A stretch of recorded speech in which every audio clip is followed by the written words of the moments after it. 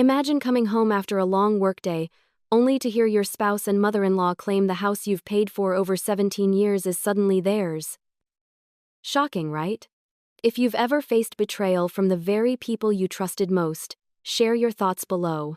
And if you're watching from the very beginning, drop a comment so I know you're with me. Your voice matters here. I came home that Thursday evening the same way I always did, my right shoulder aching from the weight of my work tote, my head spinning with spreadsheets, tax codes, and the bitter taste of cafeteria coffee I never quite finished.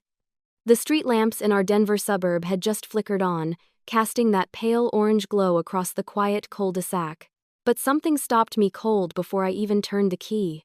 The front porch light was already on. That porch light had been a running joke for years.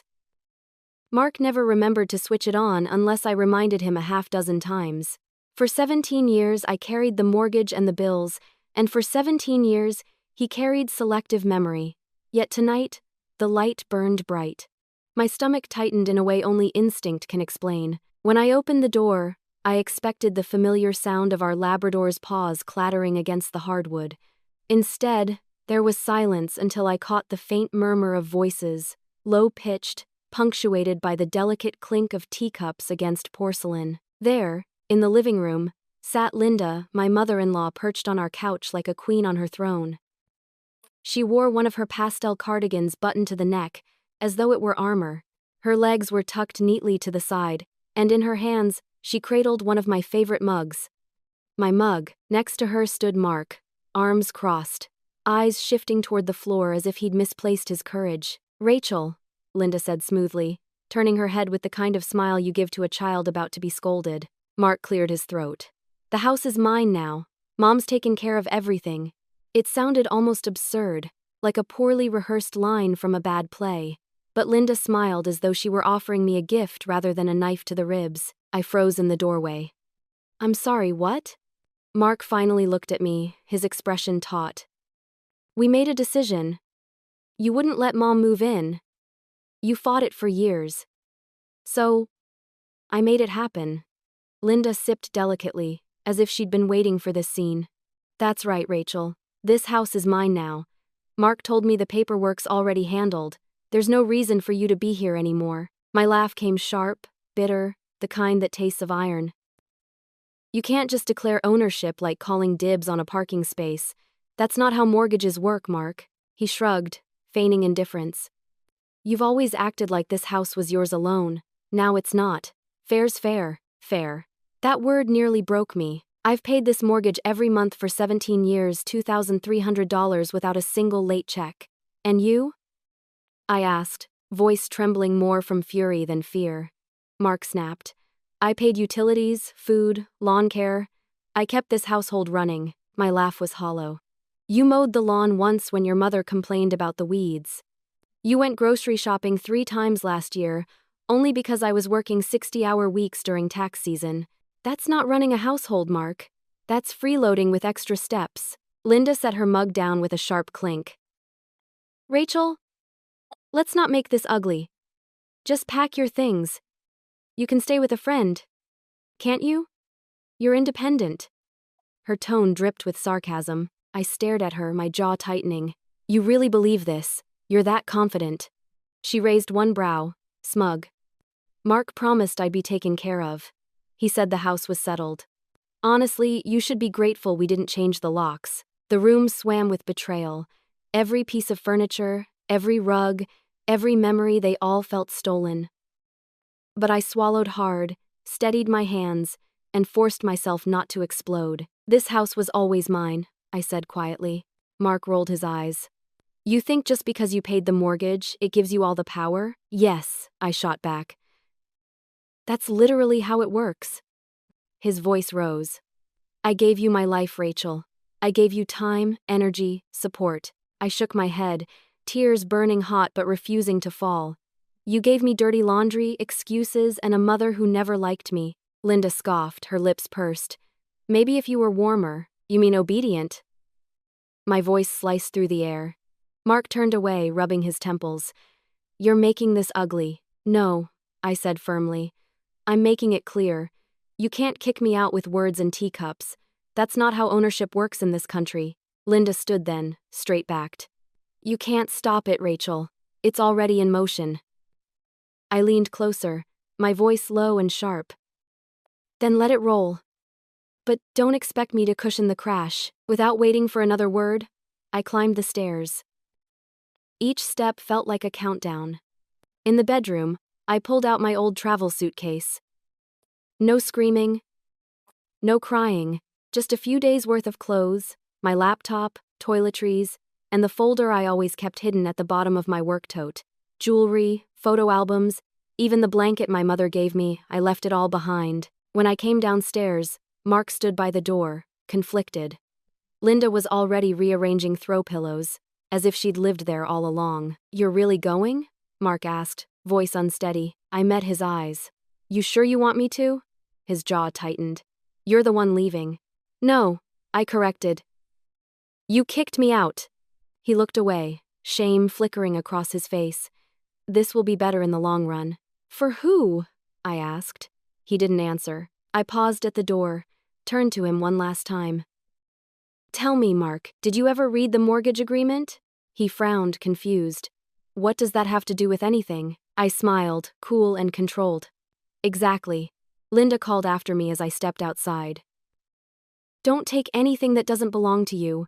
I glanced back just long enough to say, don't worry, I'm only taking what's mine. What she didn't know was how literal those words were. That night, I checked into a modest hotel downtown. Nothing fancy, queen bed. Thin curtains. Water stains on the ceiling. But it was clean. It was mine. And it was quiet. I ordered takeout, sat cross-legged on the bed, and pulled out the folder I'd carried like a secret weapon for years. Inside were mortgage statements, tax returns, closing documents all bearing one name, mine. Not Mark's, not Linda's, mine. I stared at the papers, the ink glowing under the cheap lamp, and felt something I hadn't felt in years. Control. For the first time since I signed that mortgage nearly 2 decades ago, I realized I wasn't the vulnerable one. I was the storm they never saw coming. Resolution, transition, cliffhanger. I reached for my phone, opened my contacts, and hovered over a name I hadn't dialed in years, Brad Mitchell. My old classmate turned real estate broker. My thumb pressed call, and as it rang, my heart steadied. When he answered, his voice warm and confident, I said only one thing. Brad, it's Rachel, I need your help. It's about the house. What Rachel doesn't yet know is how quickly that single call will turn her betrayal into the beginning of her greatest comeback. The hotel room was still dim when I opened my eyes. No alarm had rung. No one was snoring beside me. For the first time in years, my body hadn't tensed before sunrise. I lay there for a long moment, listening. Nothing but the hum of the air conditioner and the distant murmur of traffic from downtown Denver. I pushed myself upright, reached for the folder I had laid on the nightstand. Even in the weak light filtering through the curtains, the papers gleamed like armor. 17 years' worth of mortgage statements, my signature etched again and again on checks and bank transfers, tax forms with my name alone, closing documents that had never once included Mark's handwriting. My fingers lingered over the embossed seal on the deed. It was almost poetic proof of ownership that had been quietly waiting, ready for this very moment. I poured myself the bitter hotel coffee and sat at the small desk, spreading the documents in careful rows like a general mapping a battlefield. My pulse steadied. This wasn't just evidence. It was ammunition. At 8:02 a.m., my phone buzzed. Brad Mitchell. The name alone brought back a flash of high school hallways, lockers slamming, the smell of pencil shavings. Brad had been the kid who borrowed answers from my AP history notes, and the one who once called me Ruthless Rachel after I corrected a teacher's tax math on the spot. I hadn't spoken to him in years, but in this moment, the familiarity felt like fate. Rachel Carter, he said when I answered, his voice deep now, tempered with confidence. It's been forever, too long, I replied, tucking a strand of hair behind my ear, though no one was watching. Brad, I wouldn't be calling if it weren't serious. I need to sell my house. There was a pause on his end, then a sharpness. House drama? I exhaled. House war. Come by my office, he said without hesitation. Bring everything. By the time I stepped into his office 20 minutes later, the documents clutched tight against my chest. I was back in my armor. The receptionist recognized my name, led me straight in. Brad stood to greet me, his handshake firm, his smile faintly crooked in the way it had always been. But he carried himself differently now, no longer the class clown, but a man with weight behind his presence. Ruthless Rachel, he teased gently. I rolled my eyes, though the nickname no longer stung.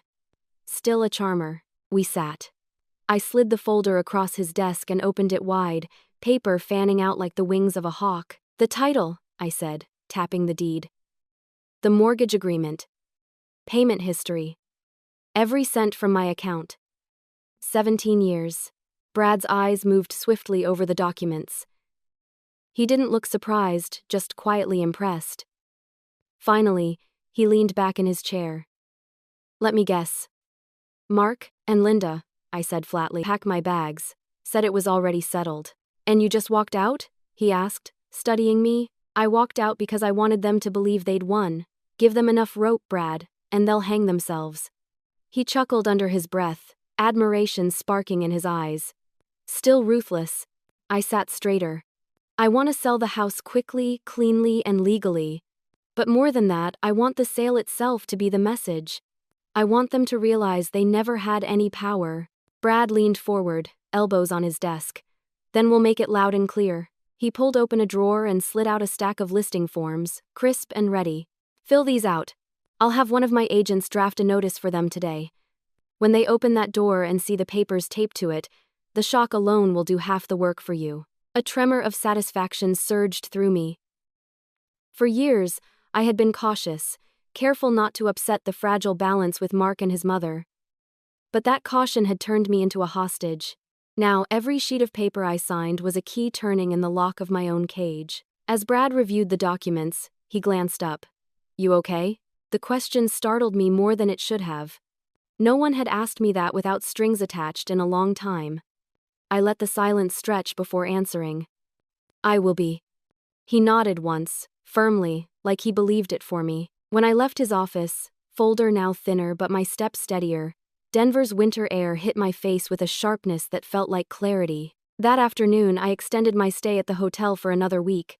The clerk slid the receipt across the counter without question, and for once, I didn't feel shame signing it. This wasn't retreat, this was regrouping. In the evenings, I spread the remaining paperwork across the hotel bed, memorizing every line, every clause. I wanted no room for Mark or Linda to twist my silence into weakness. Each word of legal jargon became a shield, each bank statement another arrow in my quiver. I didn't cry.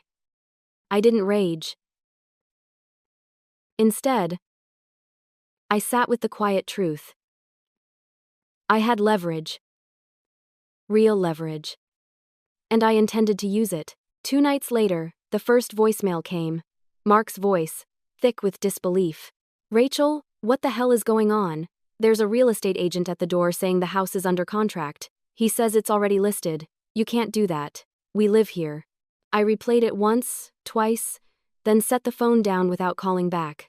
An hour later, another voicemail. Then a text from Linda, written in furious capitals. You can't sell this house. We have rights. The irony nearly made me laugh out loud. For years, they had dismissed my labor as just numbers on a page. Now those very numbers, the mortgage, the payments, the tax returns, were the iron bars locking them out. I forwarded everything to my attorney, who responded within the hour. Perfect. Let them keep digging their own hole. By Saturday, Brad's agent had hand-delivered the official notices to the house. My attorney filed the divorce petition, complete with requests for alimony, and for the first time in nearly 2 decades, I felt the scales tilt back in my direction. That night, I sat on the hotel balcony, wrapped in a thin blanket against the Colorado chill, watching the lights of the city blink awake. My phone buzzed again. Another call from Mark. I let it ring until it went silent. When I finally checked the voicemail, his voice cracked with something I'd never heard before. Fear. Rachel, please. You don't have to do this. We can fix it. Don't sell the house. Don't do this to me. I closed my eyes, breathing in the night air. For years I had begged him to listen, to share the weight. Now, He was the one begging. And the answer was the same silence he had given me all along. I went back inside, folded the blanket, and slid the lock on the balcony door. Then I picked up my pen and signed the final page of the listing agreement. It was done. The wheels were in motion. Resolution, transition, cliffhanger. On Sunday morning, I sent one final text to Mark. I'll be at the house next week. 10 a.m. sharp. I'll bring everything you've been pretending didn't exist. I could almost imagine his face when he read it, the fear, the confusion, the dawning realization. Because this time, I wasn't walking into that house as his wife. I was walking in as the rightful owner. By Sunday morning, a crisp Colorado sun spilled across the Denver suburbs, painting the cul-de-sac in light too clean for the war brewing behind those walls. The for sale sign, freshly planted in the front yard, caught the rays like a blade. To anyone else, it was just another listing. To Mark and Linda, it was a guillotine. I wasn't there to see their faces when Brad's agent drove the post into the lawn, but I could picture it. Mark stumbling onto the porch in sweatpants, his eyes widening as if the ground had been ripped from beneath him. Linda pressing her cardigan closer, indignation radiating off her like static. My phone vibrated all morning. First a call, then another, then 5 more in the span of an hour. By noon, I had 12 missed calls from Mark, 2 voicemails, and 1 furious text in all caps from Linda. This is illegal. You can't sell our home. I forwarded everything to my lawyer with a calm note. They're reacting exactly as expected. The response came within minutes. Good. Don't engage. We'll handle it. By evening, I finally pressed play on one of Mark's voicemails. His voice was frantic, unsteady. Rachel, what the hell are you doing? You can't sell this house we live here. You're ruining everything.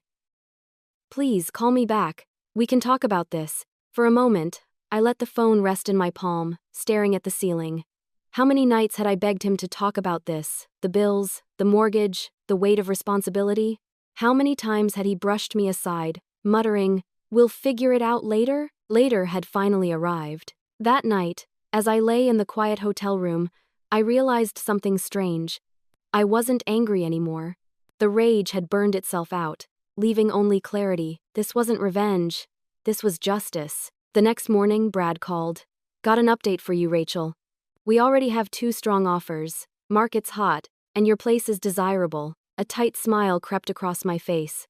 Good. Let's move quickly. Don't worry, Brad said.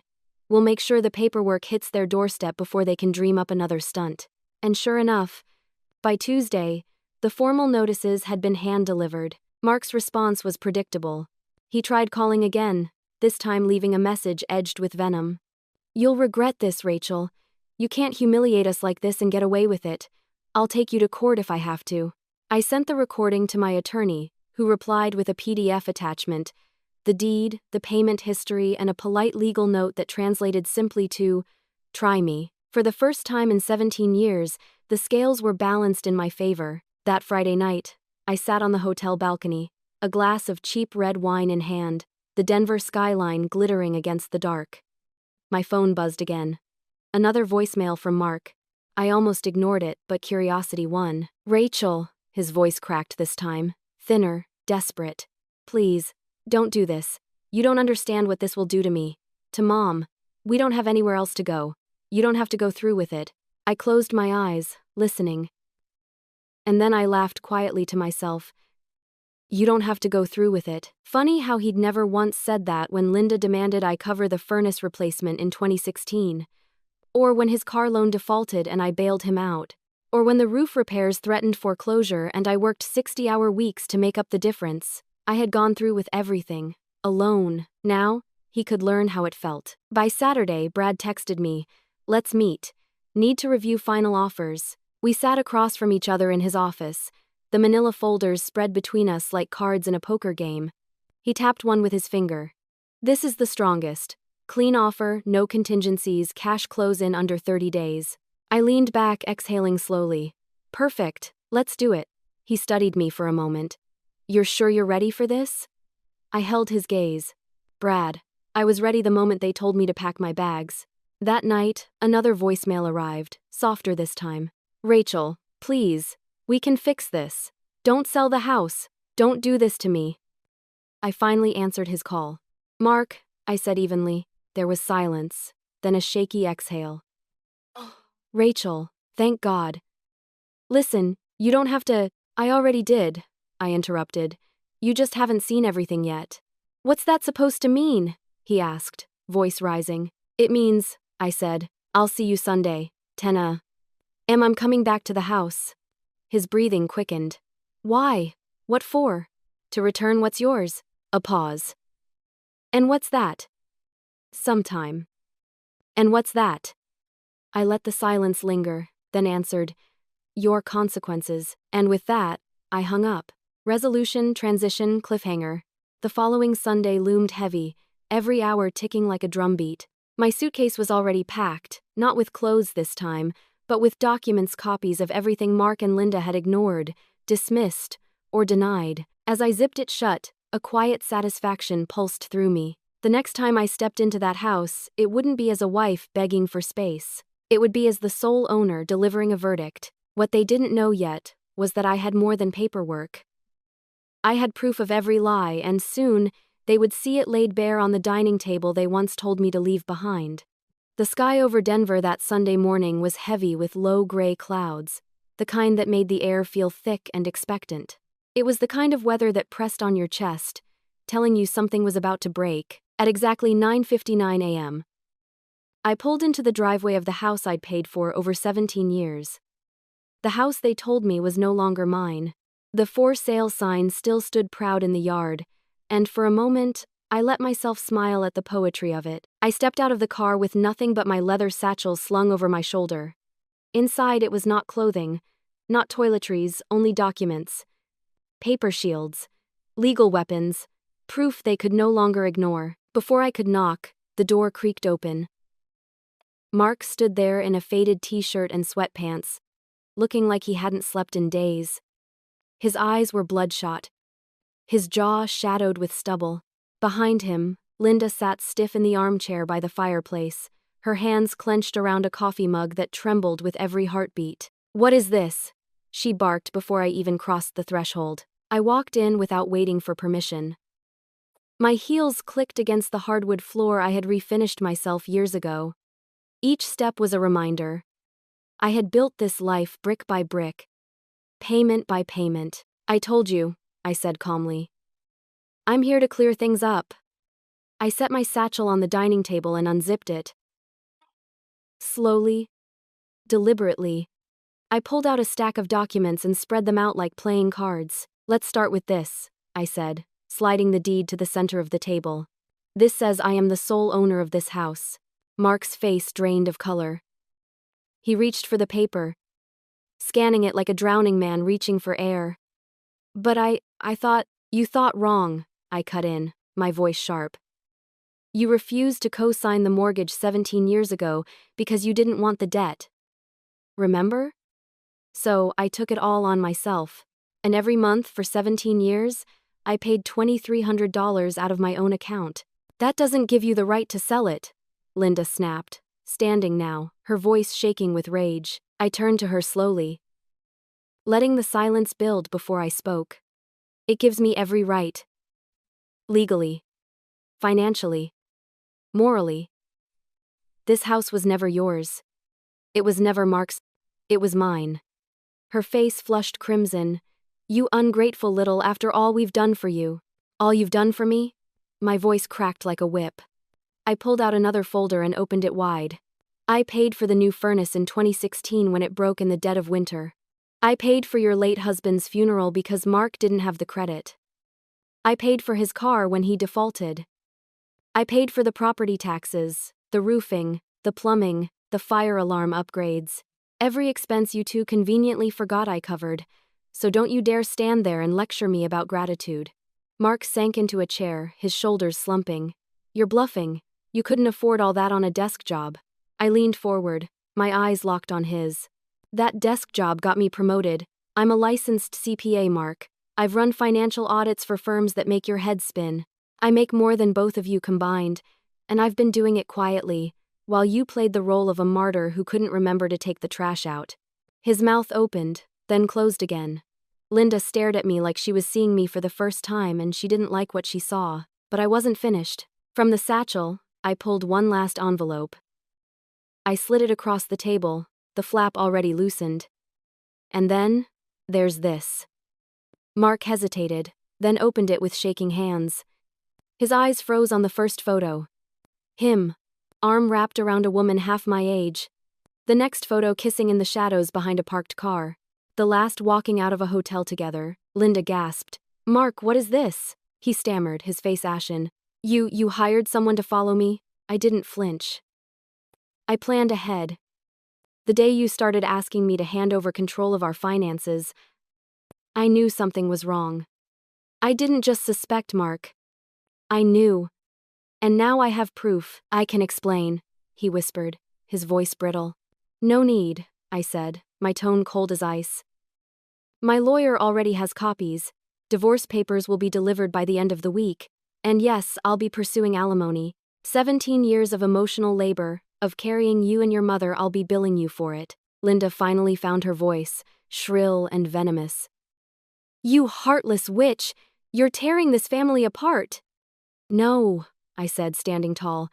"You did that the day you conspired to throw me out of my own house." The silence that followed was suffocating. Mark buried his face in his hands. Linda stood trembling, her mug rattling on the table. I gathered the documents, sliding them neatly back into my satchel. Then I paused, letting my eyes travel around the room one last time. The rug my mother helped me lay, the table I assembled by myself, the walls I painted while Mark claimed he was too tired. "You kicked me out of my own house," I said softly, almost to myself. "Now I'm returning the favor." With that, I walked to the door. Neither of them tried to stop me. Outside, the sky had grown darker, clouds pressing lower. A storm was brewing. And for the first time, I didn't feel like I had to weather it alone. Resolution. Transition, cliffhanger.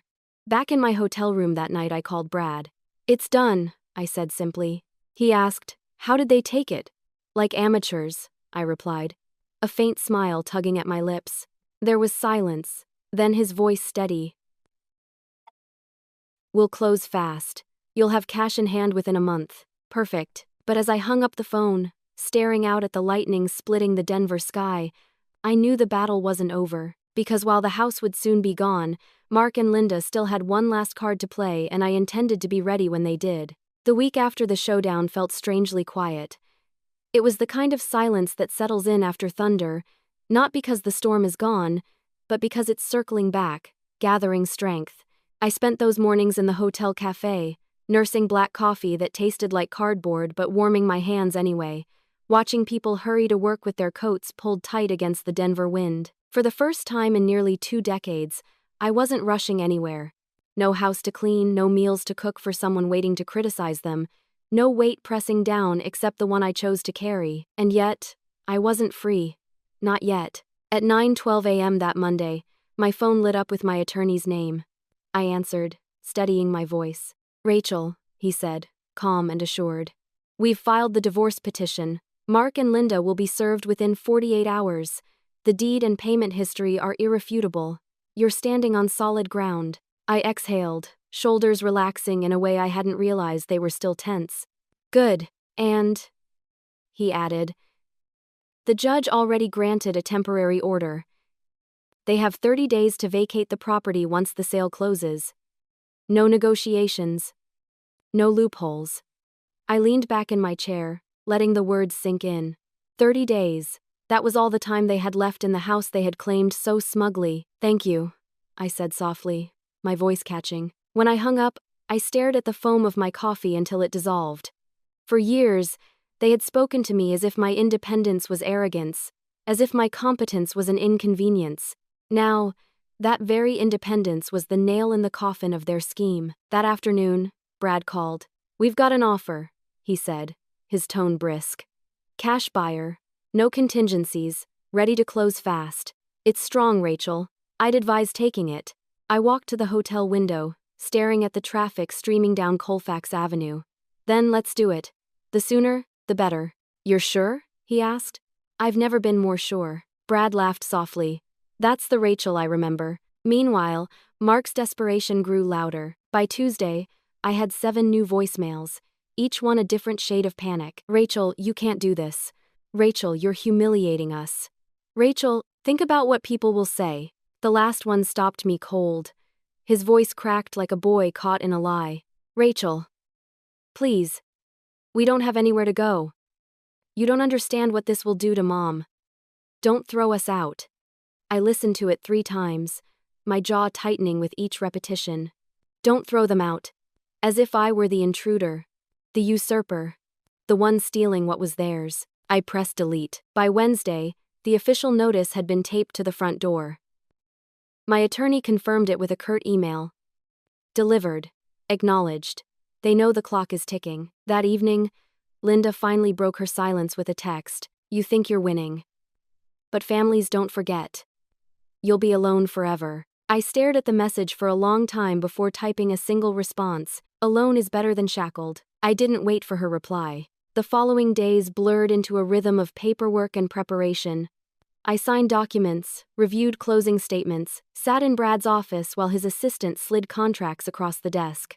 Every pen stroke felt like a piece of armor clicking into place. But the weight of it all hit me one night, when I returned to my hotel room. I dropped the satchel on the bed and sat down hard beside it. My chest ached. Not with regret, but with the enormity of it all.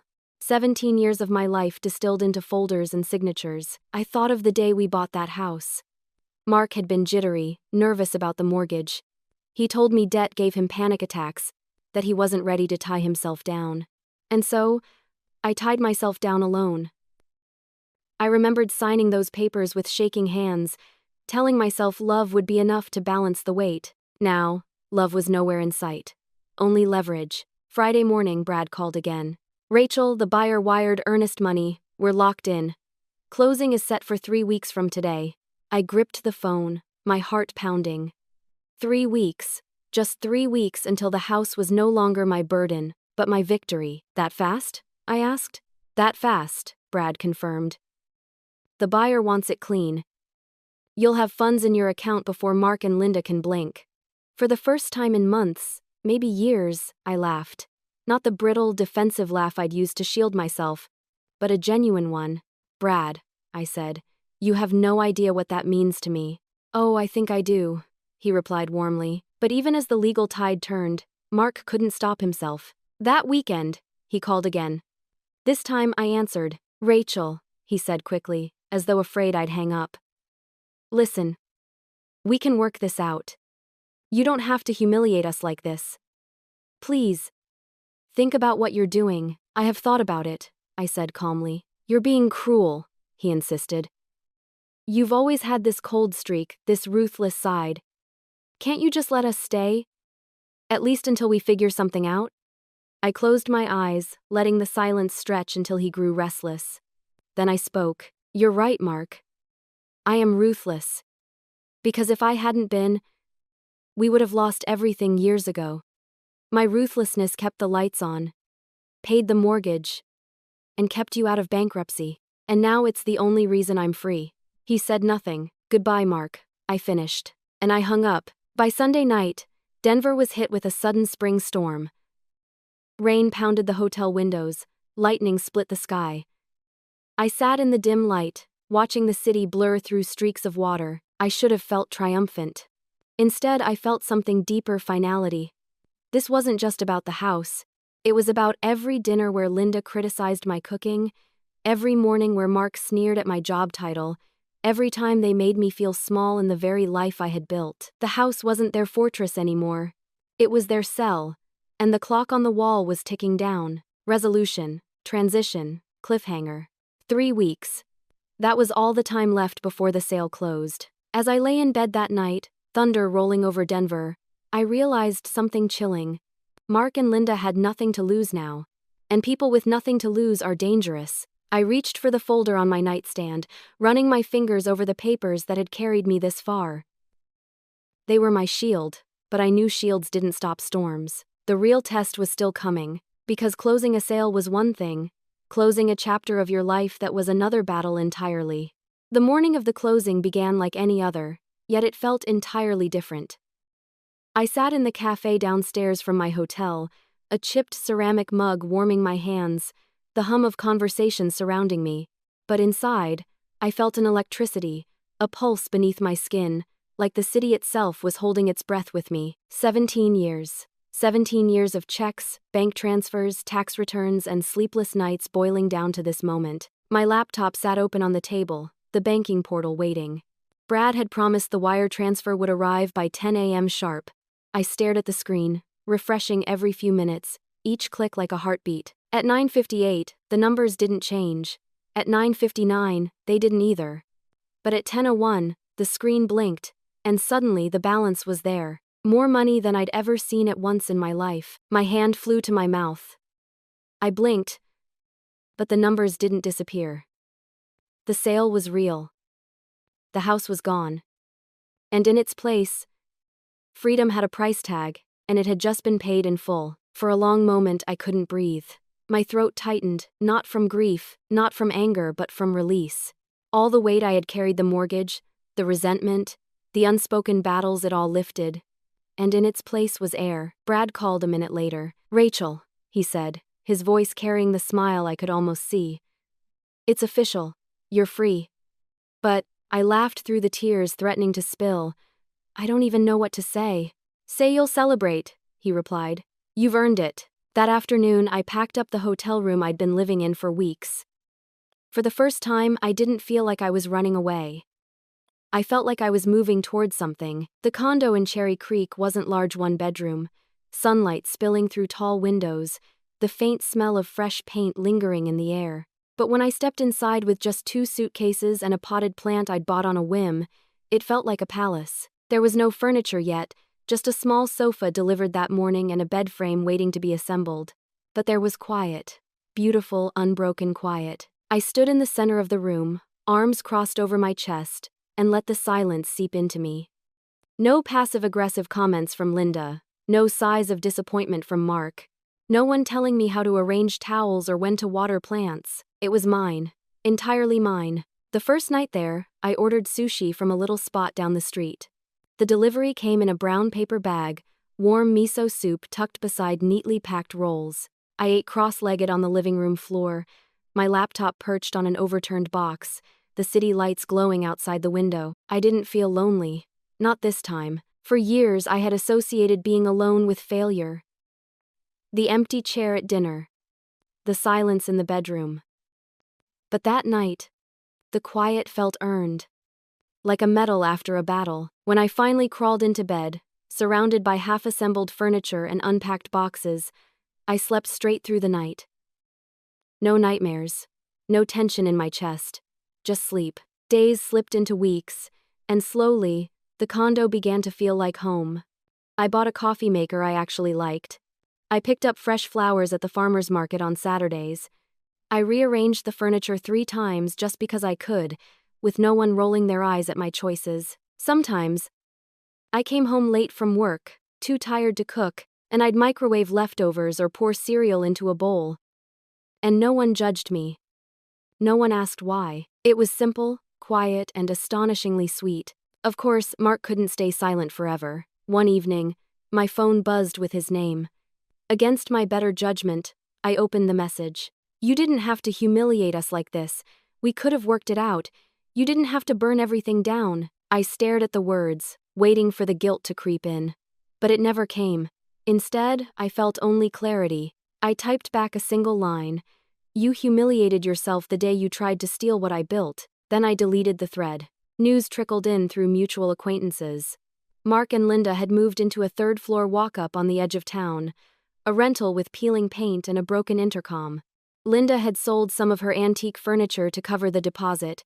Mark's car had been repossessed. He was applying for jobs again, but no one was eager to hire a man in his mid-40s with a patchy record and a reputation for blaming everyone else. And the woman from the photos? She had ghosted him weeks after learning he no longer had a house, a car, or much of a future. I didn't feel triumphant. I felt done. They were no longer my burden, no longer my battle. One Saturday morning, I sat on the balcony of my condo, coffee steaming in my hands, watching the city slowly wake. Runners jogged along the creek, couples walked dogs. Children laughed as they tumbled out of a nearby bakery with muffins bigger than their heads. For the first time in years, I wasn't bracing for the day. I was simply living it. And then, something unexpected happened. That afternoon, I attended a networking event downtown more out of obligation than desire. My firm had asked me to show up, shake hands, and represent. I almost skipped it, but at the last minute, I decided to go. The room buzzed with conversation, glasses clinking, the smell of hors d'oeuvres drifting through the air. I lingered near the edge, sipping water, scanning faces without much interest. And then I heard my name. Rachel Carter? I turned and there was Brad, weaving through the crowd, his familiar smile warm against the sterile glow of the conference lights. "Brad?" I said, surprised. "Didn't expect to see you here." "Always hustling," he grinned. "But hey, I want you to meet someone." Before I could protest, he gestured to the man beside him. "Rachel, this is James Walker. Resolution, transition, cliffhanger." James was tall, sun-weathered, wearing a shirt that wasn't designer but fit, like it belonged to him. He extended his hand, his smile easy, unforced. And as I shook it, something stirred deep in my chest. Not fear, not obligation, but possibility. For the first time since I left that house, I wondered if my story wasn't just about endings, but about beginnings too. Brad's introduction came so quickly I barely had time to process it. "Rachel, this is James Walker," he said with the kind of casualness that belied its weight. James extended his hand, his expression open, unhurried. He wasn't dressed like the other men in the room, who wore sharp suits with ties cinched too tightly. Instead, he wore a simple button-down, sleeves rolled just above his forearms, and a watch that looked functional rather than flashy. "Nice to meet you," he said, his voice deep but not forced, carrying the steady rhythm of someone who didn't need to prove anything. I hesitated only a second before taking his hand. It was warm, firm, grounded. "Rachel Carter," I said. "Likewise." For a moment, I studied him, the faint sunlines around his eyes, the way his smile lingered even after the handshake ended. He didn't look like someone rehearsing charm. He looked like someone at ease in his own skin. Brad clapped him on the shoulder. "James just got back from Copenhagen. He's been working on some renewable energy projects over there. Now he's managing a team here in Denver." James gave a small nod. 3 years abroad. It's good to be back." I raised an eyebrow. "Copenhagen, huh? That's a big leap from Denver." He chuckled. "Long story. Let's just say wind turbines are more glamorous than people think." The corner of my mouth tugged upward despite myself. Brad excused himself to greet another colleague, leaving James and me standing near the bar with plates of untouched appetizers. The hum of conversation around us faded slightly, as though the space between us had become its own small orbit. "So," James said after a beat, "what about you, Rachel? What do you do?" Here it came. The part where most people either joked about taxes or assumed I was a glorified secretary. I braced myself. "I'm a CPA," I said, keeping my tone neutral. To my surprise, his eyes lit up with genuine curiosity. "That's impressive. What's your favorite part of it?" I blinked. "My favorite part?" "Yeah," he said simply. "There's always something, right? Even with jobs people think are boring." I found myself laughing, a soft, surprised sound. "No one's ever asked me that before," he shrugged. "Then I'll be the first." I thought for a moment. I like that no one expects me to smile when I'm doing it. People assume accountants are dry, serious, unapproachable. So when I do smile, it throws them off. It makes them see me differently. James grinned. "That's exactly how I feel about budgeting. People think it's painful, but when you do it right, it's liberating." Our eyes met, and for the first time in a long time, I felt something other than guardedness. The rest of the evening passed in a blur of conversation. We talked about terrible airplane coffee, about Denver's unpredictable weather, about the best dive restaurants in town. With James, the words flowed easily. He didn't ask invasive questions, didn't pry about my personal life, didn't try to make me laugh with rehearsed lines. He just listened. When the event ended, Brad reappeared with his coat slung over his arm. "Glad you two met," he said, his grin far too knowing. James glanced at me, then back at Brad. "Me too." Outside, the night air was crisp, the city lights glittering against the black sky. James and I walked toward the parking lot together, our steps falling into a natural rhythm. "Which way are you headed?" he asked. "Cherry Creek," I replied. He smiled. "I'm over that way too." We walked side by side until our paths diverged.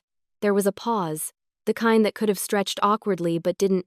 "Well," James said, "it was good talking with you, Rachel. Maybe we'll bump into each other again." I nodded, forcing myself to keep my tone light. Maybe. But as I drove home, the echo of his voice lingered. For the next few weeks, life returned to its new rhythm. Work, condo, weekends at the farmer's market. But every so often, James slipped into my thoughts unexpectedly, the sound of his laugh.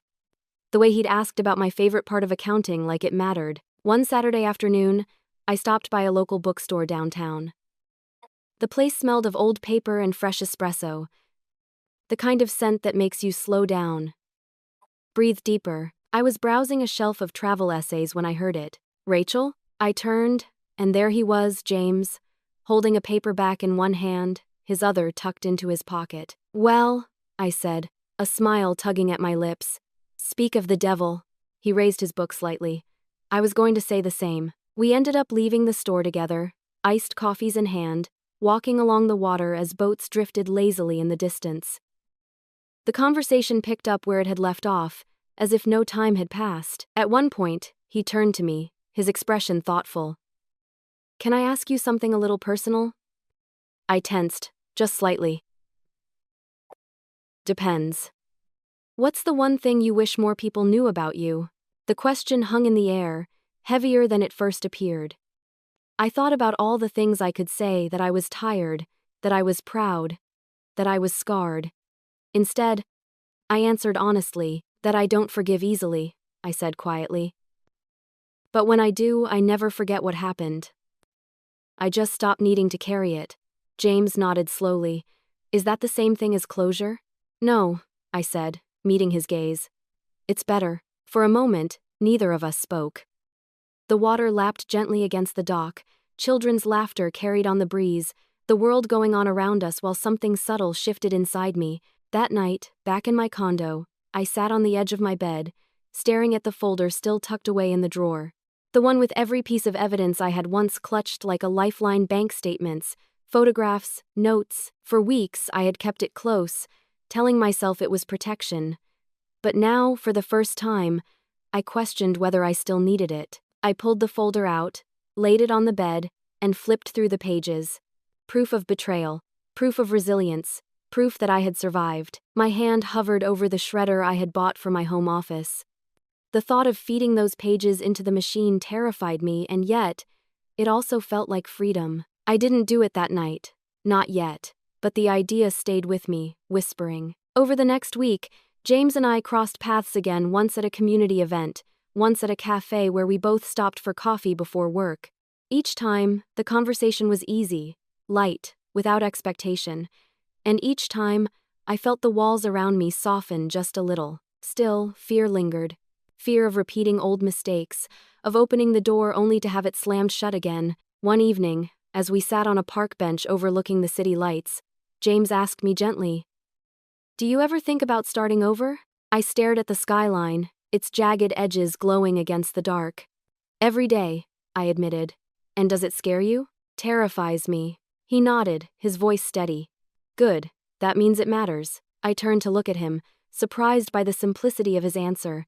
And in his eyes, I saw not pity, not judgment, but recognition. Resolution, transition, cliffhanger. That night, back in my condo, I stood over the shredder once more, the folder heavy in my hands. I thought of Mark's betrayal, Linda's cruelty, the years of carrying weight that was never mine. I thought of James's question, his steady gaze, and as I fed the first page into the machine, the paper disappearing into ribbons, I whispered to myself, "This isn't forgiveness, this is freedom." But as the last page slipped away, I knew one truth with absolute certainty. Closure wasn't the end of my story. It was the beginning of something I never dared to imagine. The shredder hummed softly in the corner, the last ribbons of paper settling into the bin. The folder that had once felt like a weapon, my proof, my leverage, my shield was empty. My hands hovered over it for a moment, almost expecting regret to wash over me, but none came. Instead, what I felt was lighter, clearer. For months I had kept that folder close, convinced it was the only thing standing between me and collapse. But tonight, for the first time, I realized the truth. I didn't need proof anymore. I knew what I had survived, and I knew who I had become. I stepped out onto the balcony of my Cherry Creek condo, the Denver skyline glittering under a velvet sky. The air was cool, carrying the faint scent of rain. I wrapped my sweater tighter around my shoulders and let myself breathe. Deep, unguarded breaths. Behind me, my phone buzzed. A message. For one fleeting second, I thought it might be Mark again. But when I checked, it wasn't. It was James. Thanks for the conversation tonight. Hope you slept better than I did. I smiled softly, shaking my head. It wasn't a grand gesture, not a promise of forever, just a simple note, the kind you send when you mean it. I typed back, I did, thank you, and that was enough. Weeks passed, and life settled into a rhythm I had never known before. Not the relentless grind of proving myself, not the suffocating weight of carrying someone else's failures, just life. I woke early, brewed coffee in the machine I chose, watered the plants when I remembered, and sometimes not at all. I worked hard, but when the day ended, it ended. I could sit on my balcony, watch the sun dip behind the mountains, and not brace myself for criticism. The absence of chaos was its own luxury. Sometimes, Mark would still try to reach out. A stray message, a half-hearted apology. I ignored them all, not out of bitterness, but because I no longer owed him a reply. And Linda? She had vanished into silence. I imagined her sitting in that cramped rental, clutching her teacups, wondering how everything had slipped through her fingers. But she wasn't my problem anymore. They had taken enough of me. I wasn't giving them another second. One evening, James and I ran into each other again, this time at the farmer's market. He was holding a paper bag of apples, his sleeves rolled up just like the night we'd met. "Rachel," he said, his smile easy. "I was hoping I'd see you here." We walked together, weaving between stalls, the air filled with the scent of cinnamon and roasted nuts. Our conversation was light recipes, travel, the ridiculous price of avocados, but beneath it was something steady, something unspoken. At one point, he stopped, turning toward me with that same thoughtful look he'd had by the water weeks before. "Can I ask you something?" I braced myself but nodded. "Go ahead." "What's the thing you're most proud of?" The question hit me harder than I expected. For years, I had defined myself by survival, by carrying what no one else would. But now, I thought about it carefully. "That I left," I said finally. "That I didn't let them convince me I was powerless. I walked away, and I built something new. That's what I'm proud of." James's smile softened. "That's a hell of a thing to be proud of." And for once, I believed it. That night, back in my condo, I lit a candle and sat at the dining table, my dining table, chosen by me, arranged by me. The flickering light danced against the walls, and I realized something profound. For so long, I had equated closure with forgiveness. With letting go of anger, with giving someone else the satisfaction of being absolved. But that wasn't it at all. Closure was choosing to stop carrying a burden, even if the scars remained. It was shredding the papers, not because I wanted to forget, but because I no longer needed them. It was answering James's question honestly and knowing my worth without hesitation. It was freedom. A few weeks later, on a quiet Saturday, James and I sat on a park bench overlooking the water. Couples walked by with dogs, children darted around with kites, the world alive in ways I had almost forgotten. He turned to me, his voice gentle. "So what's next for you, Rachel?" I smiled, watching a boat drift lazily across the lake. "For once, I don't know, and that doesn't scare me anymore." He nodded, as if that was the best answer I could have given. For a long moment, we just sat there, the silence between us, easy, comfortable.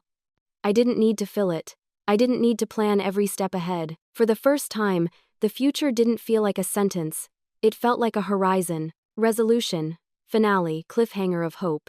That night, as I stood once more on my balcony, the city lights glowing against the dark, I whispered into the night, "I survived, and now I get to live."